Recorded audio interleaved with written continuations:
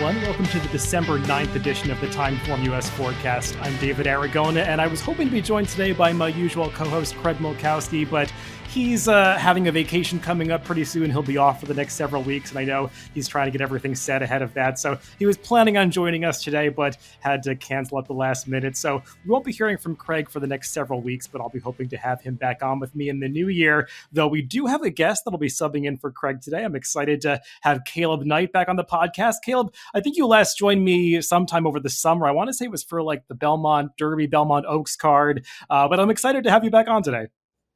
Hey, David.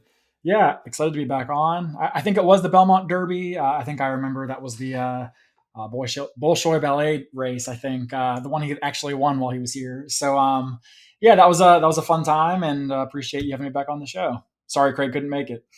Yeah, I know. I'm looking forward to having all of our opinions on this Oaklawn sequence. And I should mention, we will be talking about Oaklawn Park on Saturday. I know they just began their meet very recently. The feature race there on Saturday is race 9 for the 3-year-olds, the Poinsettia Stakes. It's a pretty interesting field of 7 runners there, but the whole sequence has some things going on. Obviously, being Oaklawn, it is an all-dirt sequence. There are some intriguing maiden races throughout, some interesting morning lines that I'm sure we're going to discuss as we go through it. But Caleb, I thought that this was an interesting sequence that you could probably go a few different ways as terms of how you weight your tickets, whether you can some horses early on or go for spreading a little bit later. That's kind of how I was looking at it, because some of the races a little bit later in the sequence seemed more competitive to me.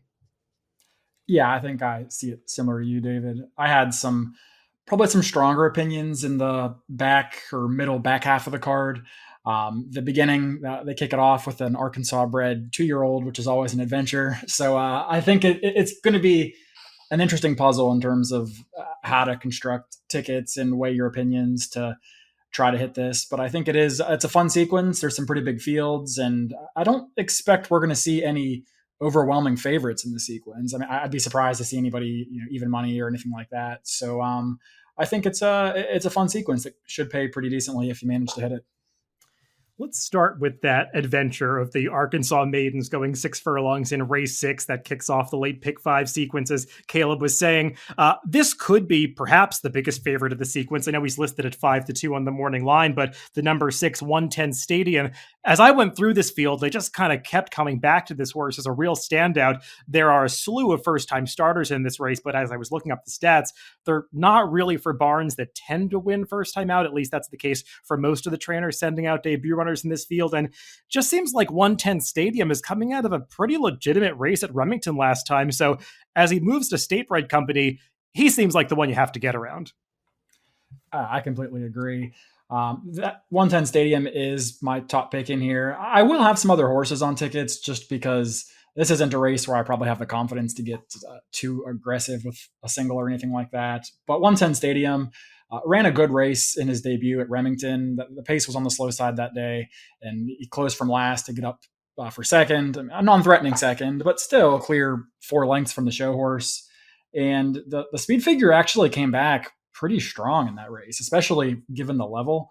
I think a repeat of that performance makes him a huge player here, and any improvement on that race for 110 Stadium, and I don't really see anyone in this field that's likely to beat him. So, my only kind of concern was he did go off 23-1 that day. I know some bettors don't care about that. For me, that it's just, he's probably going to be 6-5 on Saturday, and then he was 23-1 in the debut, so a little something that just kind of bothers me a touch. But I definitely do think he is the horse to beat, and a pretty good favorite, all things considered, because there just aren't many other great options in here.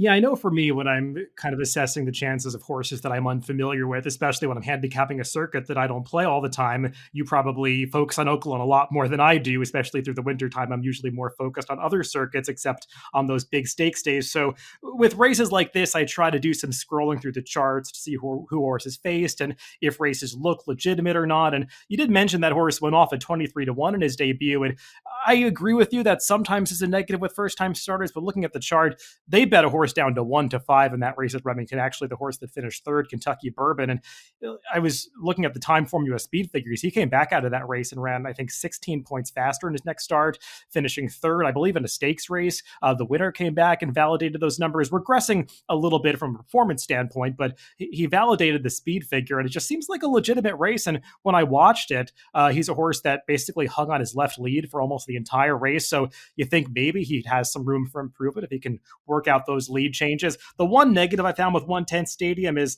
Ron Moquette is kind of one of these trainers that, I mean, he's a likable personality. If you follow him on Twitter, it's a likable family of a racing family. But from a statistical standpoint, he's one of these trainers that I would term a low ROI trainer. It's just really hard to find good stats for him. He's got a decent win percentage, but it seems like sometimes the public overbets his horse comparative to how his horses actually perform. And one of his really poor stats is with actually maiden second time starters over the past 5 years, second out with maidens in dirt sprints. He's 15 for 158 with just a 9% win rate, a 48-cent ROI. So that's the one big negative for me with 110 Stadium, that he could be overbet and he may underperform based on Ron Moquette's past performance. But I just have trouble finding alternatives in this race. I mean, Caleb, I don't know where you wanted to go. I was looking more towards the outside. One of the firsters, Wayland Springs, the number 11. John Ortiz has decent enough stats with firsters.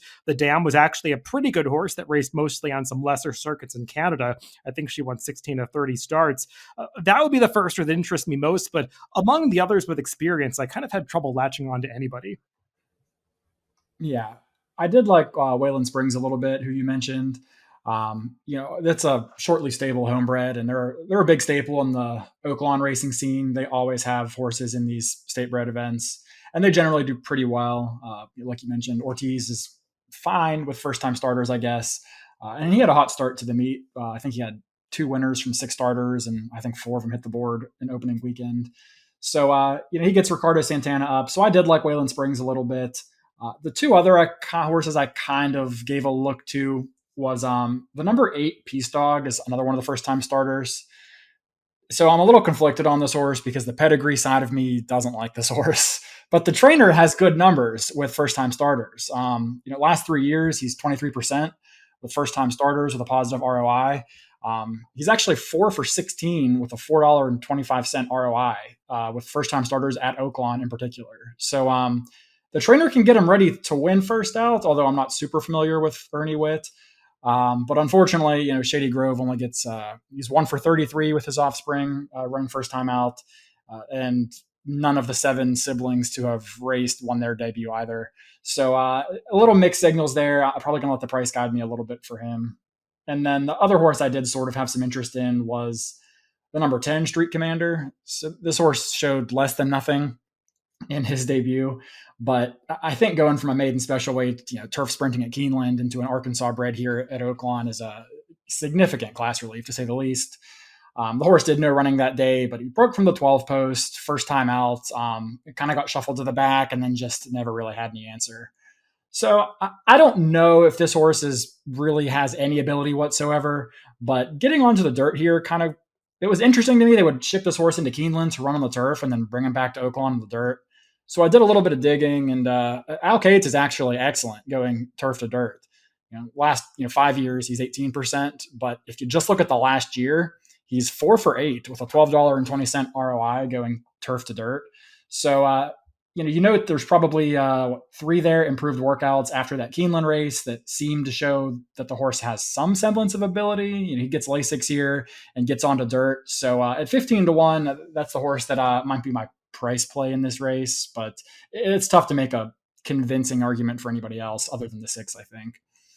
Yeah, I'm glad you brought up the number 10 Street Commander because he's a horse that I did want to get your take on. And I agree with everything you said. I also saw those turf to dirt stats for Al Cates, and watching that debut at Keeneland, I mean, admittedly, there's not a whole lot to see other than the fact that it just seemed like Martin Garcia kind of knew ahead of time this horse had no chance. He really made little to any effort to motivate this horse at any point in that race. So sometimes that exaggerates the margin of defeat a little bit. He's just getting into a much more realistic spot here. So, I mean, I don't know if you're going to get the 15-1 morning line on him, but he seems like an interesting price horse to throw into the mix, maybe as a backup behind that heavy favorite. Because the horse that I kind of had no interest in here was the number 9 Razzo, who's the second choice on the morning line.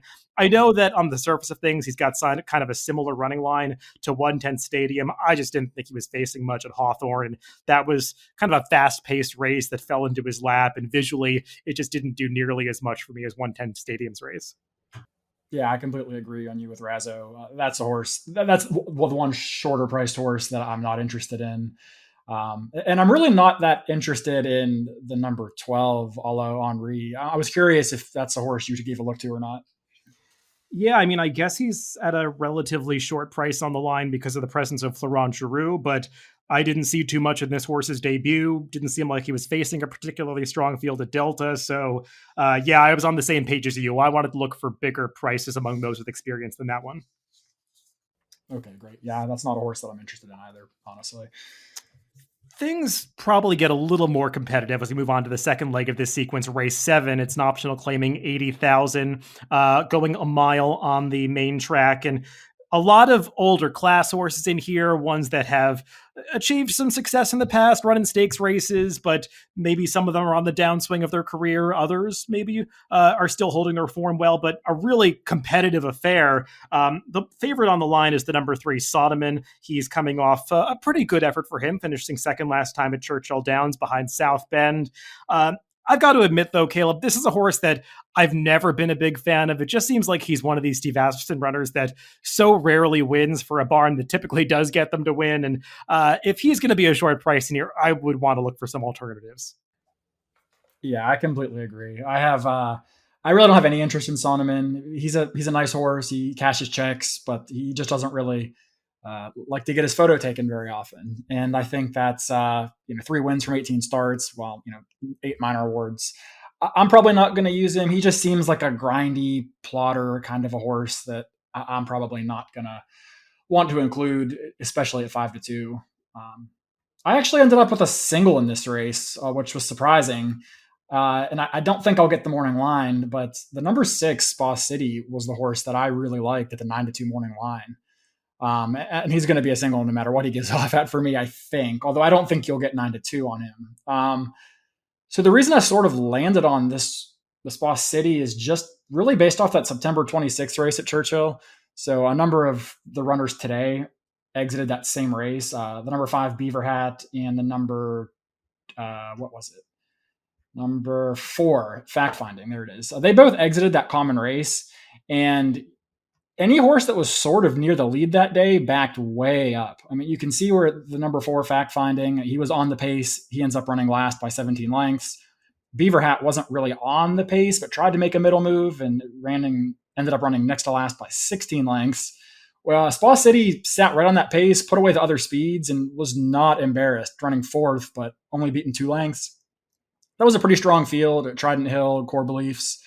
Those are pretty nice horses. Bourbon Calling did come back to not run quite to expectations, but I think any one of those would be pretty big players in this field. I think Spa City can be tactical and sit probably just off the 4 like he did last time. And I'm just not really afraid of Sonneman or Guest Suite or anybody else in here. So I think Spa City is the one horse that's probably in the best form. And that's probably where I'll be spending most of my money in this race. Yeah, this is one of those races where I feel like I kind of almost need to cross out the official morning line and come up with what I think these horses are going to be irrespective of that, because isn't Spa City supposed to be the favorite in this race? I mean, you make such great points about him, not just the race 2 back at Churchill Downs, but even the race he ran last time at Indiana. If you look through that field, there were some really good horses in there, horses that since then have come back to run again and significantly improved their speed figures. And he just crushed that field. I mean, I know it was 3-5, but he won like a 3-5 shot as supposed to. And he goes out for Tom Amoss. It just seems like there's so much to like about this horse. And I mean, it's also not like he just got good for Tom Amoss. He was good in Brad Cox's barn. He was always cut out to be a good one from the start of his career for Godolphin. And he just feels like a horse that's so logical in this race. I agree with everything you said. And I think he's one that you have to press pretty heavily in this pick 5 sequence. I'll be a little surprised if Sonneman is the favorite over this horse. We'll see how they do bet it. I'll also be surprised if the number one guess suite is a shorter price than this horse. I don't know why people would gravitate towards that horse in particular. But the one that I'd be interested in to use in tandem with Spa City is the number two, My Sixth Sense. I know that maybe he's seen better days, but his last race off the layoff at Keeneland, I think if you go back and watch it, it's not quite as bad as that fifth place finish would indicate. He was in a good position early, just in behind the two leaders, but I think Martin Garcia kind of fell asleep at the wheel a little bit. A horse rushed up to his inside. He ended up getting shuffled back and just continually lost position for like a quarter of a mile from the half mile pole to the quarter pole and was basically out of chances at that point. His prior races put him in the mix. He's run very well at Oaklawn in the past. I know that his trainer, Steve Hobby, doesn't do that much winning in general anymore, but he seems to continually get this horse to perform pretty well. And I thought he could step forward second off the layoff. So for me, I agree with your assessment of Spa City, but the other horse that I'd want to use is My Sixth Sense. And I think we'll see how they bet it. I wouldn't be surprised if My Sixth Sense is a slightly better price, but it should be comparable. Yeah, I think that's pretty accurate. I think you'll get at least 3-1 on My Sixth Sense, probably a little bit longer, I would venture to think. And I looked really hard at My Sixth Sense, and he's probably the one horse that I could make a case for that I haven't included beyond Spa City. My only question was, I don't know if this horse can win without getting the lead, and I think the 4 is probably quicker out of the gate. So that was kind of my one question with that horse. I just wasn't sure what kind of trip he was going to get, especially from the inside, or if Martin Garcia was going to send, or what that might look like. But otherwise, I mean, he is relatively in form, and I agree with you everything you said. He should probably improve second off the layoff here, and he does like Oaklawn. So yeah, I think that's he makes some sense in here.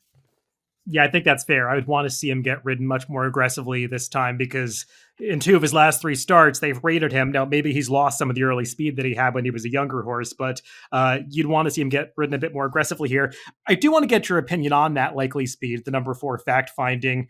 Robertino Diodoro, always dangerous, especially at Oaklawn in these dirt routes. And he's kind of a weird horse, claimed for 80,000 2 back. They turned him back to run in a sprint at Keeneland, which seemed like an odd move. Maybe they had something else in mind, like this race, so now he's stretching out again. I agree, he seems like the speed here. It's hard to know what to make of him because that big win in the slump at Delaware, right? I don't know if that really is a true number to me, but I guess he does have some other good races. Yeah, I don't trust this horse. If he shows up, he's going to be tough to beat. But the big question is, he hasn't shown up in a year.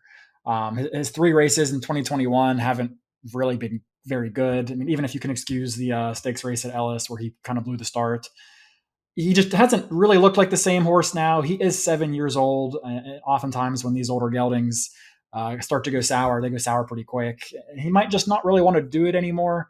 The one thing I guess I will say is that it is encouraging if you like the horse that they're not dropping him. There's no hasty move to claiming ranks. I mean, they're keeping him in these optional 80s and he's not in for a tag. So clearly the connections still have some confidence in him. So if you like the horse, I think that's one reason to be optimistic, but I just don't trust him after the last 2 performances where he just didn't do much running.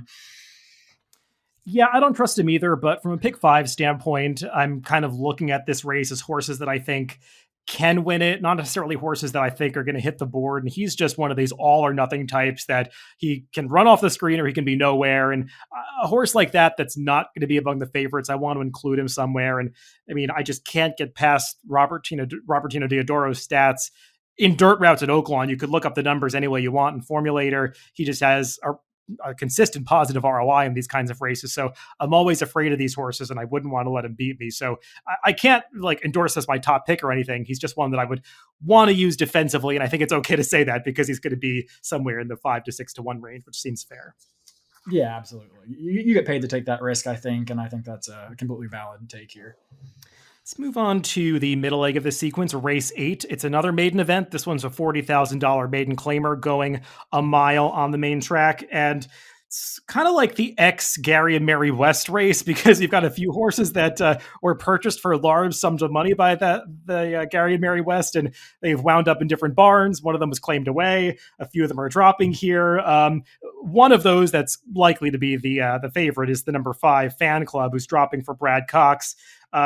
This horse just seems pretty logical. He's run against better fields in maiden special weight races. It's not like he's been embarrassed in those races. He ran fine twice over the summer at Monmouth Park when he was with Kelly Breen, and it just seems like he's kind of finding the right field. Yeah, I think the 5 here does make some sense. I'm hesitant to really love this horse just because I'm personally not convinced that this is a significantly worse field than what he was facing in some of those Monmouth races. I could be mistaken there, but I'm just not sure this is the level of class drop that some people may look at the form and think that it is, because I'm not sure there was a ton in those Monmouth races, although they did have a couple of next out winners. At any rate, yeah, he does make sense. On figures, this is your fastest horse in the field. You didn't see the maybe natural improvement that one may have expected when the horse went into the Brad Cox barn last out. But Kelly Breen's also an extremely high percentage trainer in the Mid-Atlantic circuit, so the horse didn't really regress much either. So this horse was a tough call for me. By no means am I against this horse. I think that the price will be certainly on the short side, but this is a horse that will make my pick 5 tickets, but it's not one that I probably want to build my ticket around, I don't think. Yeah, I don't have a problem with taking a stand against. And this is another one where, I mean, look, I don't want to pick on the morning line makers too much in every race, but I'm just trying to give a realistic sense of where I think the public's going to go. And this is one where Fan Club is 3-1 and My Favorite Uncle is listed at 7-2. I would imagine these horses are going to drift apart somewhere to like the 7-5 and 6-1 range, with Fan Club being the much shorter price. So I don't have a problem with taking a shot against a horse that's probably going to be, if not a single, a heavy lean on a lot of people's tickets. Brad Cox, for what it's worth, he does have excellent stats, dropping from maiden special weight to maiden claiming races in dirt routes. He's 21 for 57 over the past 5 years with an ROI of 212. I mean, that's a positive stat on a favorite, so make of that what you will. Most horses in that sample are winning at bigger prices than maybe Fan Club will go off at. But I do think that he makes a certain amount of sense here. I am pretty interested in the other Gary Mary West dropped out, who's going out for Ron Moquette. This horse, the number 2 Namesake, did begin his career with Bob Baffert. I don't always love ex-Bob Baffert horses, but he was just with him for one start. Came back off the year layoff last time at Keeneland, and he was just going 6 furlongs when I watched that race. They didn't go that quickly up front. He was restrained at the back of the pack the entire way by Leparoux. Really never had a chance to run until they got into the stretch, and at that point, there was not a whole lot of closing going on from behind, except for the winner, who passed a few horses.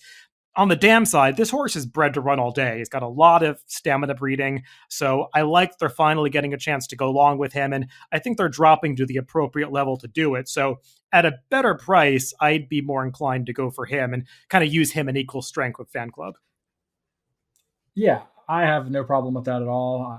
Namesake's a horse that I had written down as definitely a horse to include on my ticket. He'd probably be somewhere in my 3rd or 4th selection, I think, in this field. But he's definitely one that I like for all the reasons that you mentioned. And you're getting a good price, and I think you will get a pretty good price, all things considered. Just I think the 5 is going to take a lot of money here. So yeah, I think the stretch out makes a ton of sense on Namesake. So I'm with you there. I'm curious if you had any thoughts. There was probably 2 other horses I gave a glance to. The big wild card, I think, here is probably the 6 Salado. I wasn't really sure what to do with this horse. There isn't really much speed in this race, at least not on paper. A lot of these horses are lightly raced or stretching out, so we don't really know how it's going to set up exactly, but he sort of feels like he should be your de facto leader and has the most natural speed anyway, coming out of that turf sprint. But he wasn't seen for a year and a half, almost 2 years now. And then he comes back at a lower level. So, I mean, Joe Sharp has good numbers off layoffs, but did you have any interest in that horse? I have very conflicted feelings about this horse. I don't really like the profile of a horse that's been off for as long as he has. Like you're saying, it's almost 2 years at this point. He does have that speed, though, and you make a really good point about the pace of this race. if you're looking in TimeformUS at the pace projector, Craig has it coded so that the pace projector never flags a maiden race as being favoring on or near the lead, or I think any type of running style, because there's so much can change in maiden races. It's hard to really make a strong prediction, but this would be a race, if it were not a maiden race, that would have that blue favors on or near the lead flag. And the number 6, Soledado, is shown in front on a pretty clear lead. Nobody else has his kind of speed. It's just, looking at his pedigree, it doesn't really say routing on the dirt to me. Some of the best siblings were either turf horses or sprinters. He's a half brother to that Wesley Ward horse, One Fast Cat, who's pretty much a confirmed dirt sprinter. So I don't know what to do with this horse. I'm afraid of his tactical advantage. I just have a lot of trouble trusting him. He's a hard horse to assess from a pick 5 standpoint, because it's the kind of situation where you'd want to say, well, I would need X to 1 on him, but it's hard to know that when you're playing the pick 5 sequence, and this is the third leg. So maybe I'd use him as a kind of a distant backup, but he would not be the kind of horse I'd want to lean on.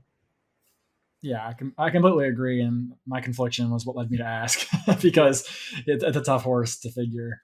Yeah, he's a tough one to have a real strong opinion about. I mean, a couple other horses I did want to ask you about. The number 1, Roulette. He's another horse that was previously with Gary Murray West, claimed by Gennaro Garcia. I mean, I guess he could improve on the stretch out after sprinting last time. And also the Steve Asmussen horse, My Favorite Uncle. This just feels like one that has had his fair share of chances, but I guess he does have some back races that could certainly beat this field. Yeah, I'm not particularly interested in either of the two that you mentioned. For me personally, in these kind of races, I'm almost always going to default to one of the droppers coming out of the maiden special events compared to the horses that kind of had their crack at this level and couldn't get the job done. I mean, yeah, a horse like Roulette is still lightly raced enough, and he's, a new barn. I mean, he could pop off and win this race. A horse like My Favorite Uncle, I really think he's had enough chances for me. Beaten as the chalk in 3 of his last 4 starts. And, Steve Asmussen's an excellent trainer. He's not a guy I typically think of as a guy that's going to do a bunch of claiming and moving horses up. Maybe at some of the smaller tracks, he does that more often, but it feels like maybe just anecdotally, he's kind of gotten away from a lot of the claiming game. So, I'm not sure that I really want to go to the 7. I don't love the 1 either, but I'd probably give a slight preference to him if I had to pick. Yeah, I pretty much agree with your assessment of those two. And like you, I wanted to land on those maiden special weight drop downs. Let's move on to the stakes portion of this sequence. Race 9, the Poinsettia, going 1 mile and a 16th for the 3-year-olds. And Caleb, this features the return to Oaklawn Park for this year's Grade 1 Arkansas Derby winner Superstock. I guess if he shows up with another performance like he put forth in that Arkansas Derby, he's going to be tough in this field, but it's kind of been a mixed bag for him since then. I feel like Steve Asmussen, the connections, they've picked their spots for this horse pretty carefully, trying some weaker races over the summer and into the fall.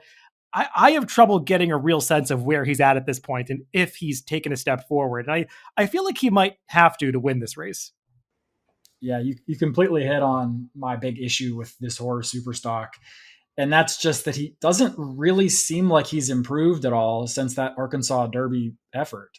All the way back in the spring of his 3-year-old campaign, you typically like to see these horses improve as they race through the summer and into the fall and winter and get closer to becoming 4-year-olds. And if you just look at his speed figures or even his performances, he just doesn't really seem to have improved. So maybe that's just as good as he is right now. And maybe that's as good as he's going to be.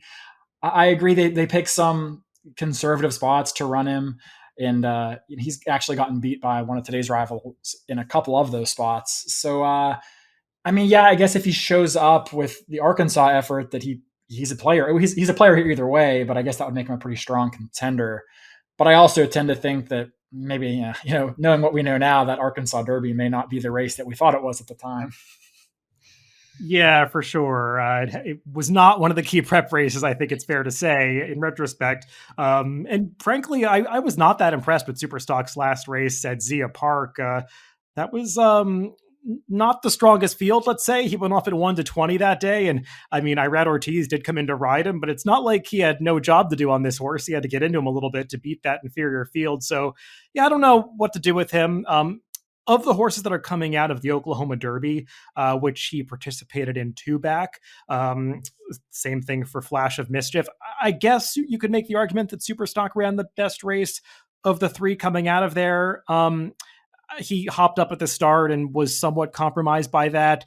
Still, I don't want to give him too much of the benefit of the doubt because Flash of Mischief, he's just kind of a horse for Carl Broberg that keeps showing up. He doesn't always get the respect that maybe his overall record really warrants, but he just seems to keep running his race every time. And the mile and a 16th distance should be right up his alley. I mean, I don't know how much of a better price he's going to be than Superstock, but I think he's a legitimate win candidate. Did you see it that way? And kind of where did you land in this race?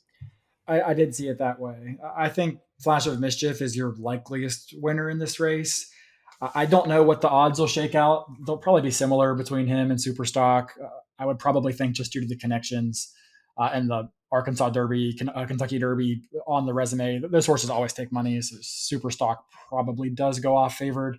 But I do prefer Flash of Mischief here. I just think that he's a more consistent horse and he has a little bit of a better running style. I think he doesn't need to leave himself with quite as much work to do. And I just sort of think he's beaten Superstock twice. And I know that's not the end all be all because there's trips to consider and things like that. But to me, I mean, he's posted more speed figures that are at least as fast as what Superstock was running.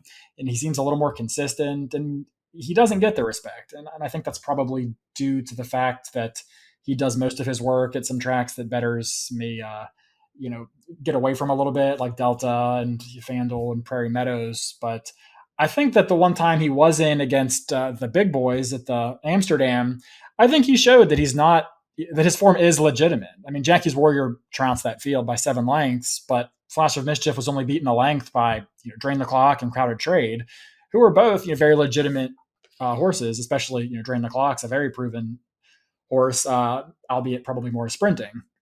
So I think that this Flash of Mischief is definitely a horse that I'll build most of my tickets around. I couldn't really latch on to anybody else. I guess I'll get your take. Do you think it's between those two, or did you have anybody else? I do have one other horse. I guess you have to consider the two that are drawn to the inside, Defeater and Last Samurai. I know Defeater is the shorter price on the line. Personally, I kind of have trouble getting around Defeater's performance in the Oklahoma Derby, where he was really no match for the two horses that we just talked about. But I guess he's the lightly raced type that could be moving forward. He did beat a weaker field last time at Churchill Downs. But I'd be more interested in the rail horse, Last Samurai, who probably will be the fourth choice in this race. Distance is obviously a question because he seemed to improve going much farther in his last couple of starts. Obviously, a mile and a half at Parks two back and then a mile and a quarter at Churchill last time.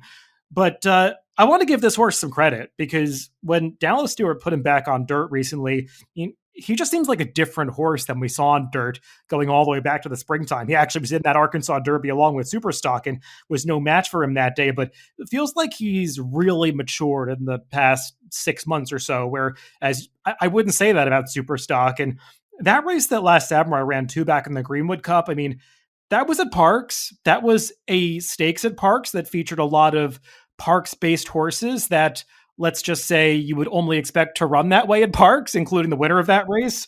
And Last Samurai almost got it done there. And then he came back at Churchill last time, and he had a real trip that day. I mean, John Court just could never ride this horse. He was always in traffic, covered up for almost the entire stretch drive. I don't know if he would have won that race if he'd gotten in the clear, but that was not a fair trip for him. I'm concerned about the turn back, a mile and the 16th. It might be too short, but I don't want to dismiss this horse because he's in a really good form right now.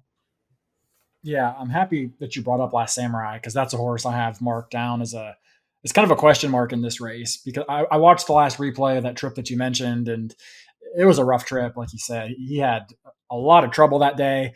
I was looking forward to kind of betting him back.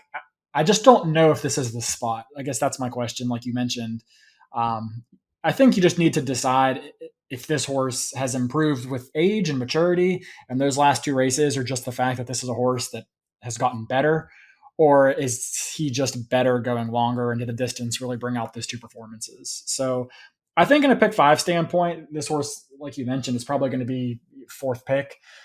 He's worth including, I think, in a pick 5. Maybe not equal weights with a horse like Flash of Mischief, but it is a horse that I will have on a couple tickets, I think. So I'm glad you brought that up because I'm totally in agreement. Yeah, I don't feel like I have the right answer to that question that you pose. I'm not sure if this is the right spot for him or not, but given the likely price, I feel like I can take a chance. So I would want to emphasize him a little bit more in a pick five wager and downgrade super stock just a little bit. It's not like I'm throwing out super stock. I think he can win this race, and I want to have him somewhere if I'm right on a price in a different leg, particularly the last race that we're going to talk about next. I'd want to emphasize Last Samurai a little bit because I just think there is that chance that he's really heading in the right direction right now. Yeah, I think that's totally valid. Let's move on to the finale, and things do not get easy as we close out this sequence in race 10. It's a condition allowance race going a mile and a 16th, and many ways to go in here. It's a field of 12. I guess we should start by talking about the two Robertino Diodoro trainees, beginning with Palace Coup, who is listed as the favorite on the line, and I can see that. He was a pretty impressive winner at Churchill Downs last time, but boy, there's quite a bit of speed in this race, and I don't think he's going to get the kind of free ride that he got up front last time. And Diodoro's other runner, Luck of the Draw, he might just have a better running style for this race. Yeah, I completely agree again. I think that Palace Coup he's such a tough horse to figure out what to do with here because there is a ton of speed, as you mentioned. And he is a pretty much one-dimensional runner that needs the lead. Even if he gets it, you have to think they're going to be going pretty quick on the front end. So I wasn't sure what to do with him because he did have a pretty huge figure last out, but that came in the slop. He's a perfect 2-for-2 in the slop, and he's really bred to relish the off-going. So you got to treat that figure with maybe the figure with skepticism, but you have to kind of be a little skeptical, I think, of whether he's going to run that back or not. Whereas the other Diodoro horse, the 5, certainly seems to be a little more rateable and tractable. So between the two of them, I do actually think I prefer the 5 just based off of the projected pace. But I'm not really sure that he's the best closer in the field either. So it was a tough race to figure.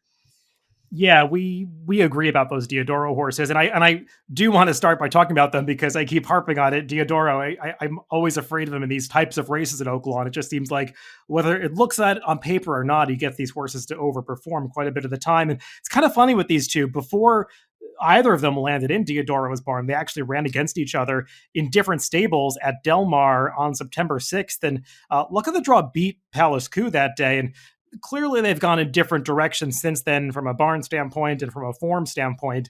But I liked Luck of the Draw's race at Santa Anita a lot, too, back when he was a commanding winner going a mile for Doug O'Neill. And I just think of the two, he's a bit more underrated coming into this race. And off the trainer switch, Diodoro has good numbers at Oaklawn, going longer, I should specify. I think he's definitely a contender in this race. But you mentioned that you like some others, so have at it. Yeah, so I think that probably my top pick in here is, I guess I would have to go with the 9, Phantom Dance. So, like I said, it's hard to latch on to any particular horse for me in this race just because you have a lot of horses in this field that are front runners and there's a lot of speed. And you have a lot of other horses in this race that are coming off of really big performances that sort of came out of nowhere. I think you could make that argument about the Diodoro horse that we just talked about, the number 3 Palace Coup. I think maybe a horse like Quarterback Dak. There's a lot of horses that are coming off of very big performances that I'm just not sure if are they turning a table? Are they going to repeat that? Are they going to regress or bounce or whatever? So the one horse that I can probably trust the most in this field is the 9 Phantom Dance. This horse is super consistent. He's a neck away from being undefeated in his last 4 starts and actually undefeated on dirt for that matter. It seems like, being up at Woodbine, obviously there's no dirt, so raced pretty much on turf and synthetic for the early part of his career and didn't do a whole lot of running in those events. But as soon as they gave this horse to Phil D'Amato at California, they tried him on the turf twice, still didn't really improve all that much. But as soon as they got this horse on the dirt, it's like the light went off, and this horse has run really well, overcame some trouble in that maiden score where kind of stumbled at the break, and then has really done everything that's been asked of him ever since. He had a pretty wide trip in that last start at Del Mar and still was just barely beating the neck. So I think that Phantom Dance is a horse that's going to be coming off the pace in a race that seems to be loaded with speed, seems to be really sharp right now, and maybe questioning the class of some of those races, their starter allowances. But I don't think there's any monsters or future graded stakes horses in here, so I feel pretty comfortable leaning on the 9 Phantom Dance. I echo everything you said about this horse. I think he makes a lot of sense in here. And if he's not the favorite, then even better. I think you make a really strong case for him because, like you said, he's a horse that probably was a dirt horse all along, and they just never got to find out until that barn switch recently. And he just seems like he keeps getting better since he's been in the Phil D'Amato barn, and he's going to get plenty of pace to close into. So I think he makes a lot of sense. I kind of marked off Luck of the Draw and Phantom Dance as the 2 horses that I wanted to lean on most, but I would downgrade Palace Coup. I just don't see the winning trip working out for him. And if he is a short price, I do think he'll be shorter of the 2 Diodoro horses. I wanted to go in a different direction, even from a pick 5 standpoint.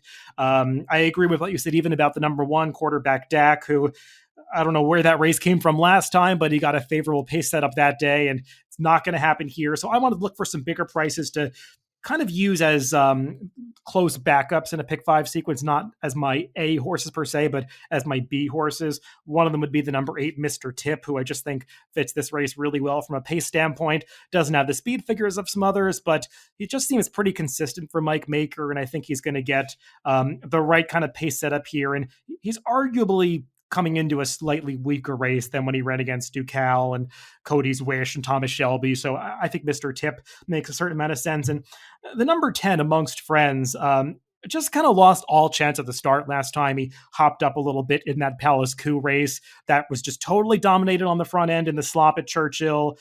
He's got some prior speed figures, albeit against weaker company, but prior speed figures that put him somewhere in the mix. I don't know if he's another one that wants to come from that far back, but I just think he's a horse for a lower profile barn that could get a little bit overlooked in here. So I'd want to use him. But this is the kind of race where once I get past those 2 that I really want to focus on, there are a lot of horses that I could convince myself to use as backups. Yeah, it really does feel like that kind of a race. I'm with you with Mr. Tip. That was probably my 2nd or 3rd pick in this race with the 8 horse for all the reasons that you mentioned. I think those are kind of the horses I'm looking for in this race, the horses that can kind of come off the pace. Even if they're a little slow on total speed figures, I think I can forgive a lot of that, just given the fact that this very likely could be a race where the speed horse who finishes best but loses may end up with a higher time form speed figure than the actual winner. But yeah, so I'm looking for some of those off the pace horses to try to get up and close in. The only other one I sort of gave a glance at, and this horse is probably a little too slow and a little too cheap, but I tried really hard to make a case for the 11 because I think that's probably the one true closer in the field. I mean, there are some horses that are more like early presser types, like Phantom Dance, who we talked about, and Mr. Tip maybe.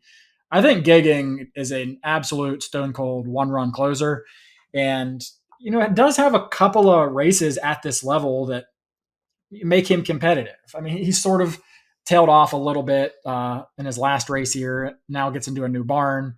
And he does do some of his better running here at Oaklawn. So I wasn't sure if he's really good enough to win, but he's definitely the kind of horse that I think you need to throw in underneath of a trifecta or something like that. And I do think he'll probably get quite a bit better than 8-1. Yeah, I agree with that. I think he'll be double digits in this race, and he should be. He's got some class defined, I think, against this field, but yeah, you make a good point about his running style. Sometimes these races, if they do go too fast up front and everyone has the same idea with these speed horses, they just kind of force a pace collapse, and a horse like Gigan can make up that ground, even if he maybe is not the best horse coming in on paper. Another weird horse that's drawn to the outside is the number 12, Mia Comet. Just an unusual thing. This is the only horse that D. Wayne Lucas has claimed in the past 5 years. I don't know how far I could go back to look to see if he's ever claimed a horse. It's certainly not something that's really ever been in his MO as a trainer, but just thought that was bizarre. And you could even look it up in the chart. He did put in the claim on this horse on November 14th at Churchill Downs. So just an odd thing with him. I guess that horse's upside is the most lightly raced member of this field, but it's not a good post, and he's another one that won in gate to wire fashion last time, so I didn't know what to do with him. Caleb, let's kind of briefly go back and review just from a ticket construction standpoint. How were you looking at putting this together if you played it? Yeah, sure. So I think that I'm probably going to. Well, it's difficult because typically I'm going to look at the morning lines and use that as somewhat of a gauge on. I might include a horse I don't love at 9-2, but if he's going to be 9-5, then I'm not going to include that horse. And when some of the lines I think are a little questionable in some of these events, it makes it a little tougher for me to gauge how I want to play. Mainly like the 6 horse in leg 1, for example. I don't think you'll get 5-2. So I will certainly have the most of my tickets. I'll probably key around the 6 in the first leg, and then I'll spread to include a few more horses as well. I'm going to key most of my play through Spa City in the second race, with maybe a little bit of money going through the 2 of my 6 cents. And then I think in the legs 3 and 4, I'll probably just take what I would consider to be the logical horses, I think. I may not have quite as much going through Fan Club as I think you may, but that is a horse that I will include, as well as Salado. And then, I'm probably going to have almost all of my money going through Flash of Mischief, with a little bit going through Last Samurai, who you mentioned. So basically, I don't think there's any races where I'm going to have 6 horses or 7 horses or maybe even 5 horses.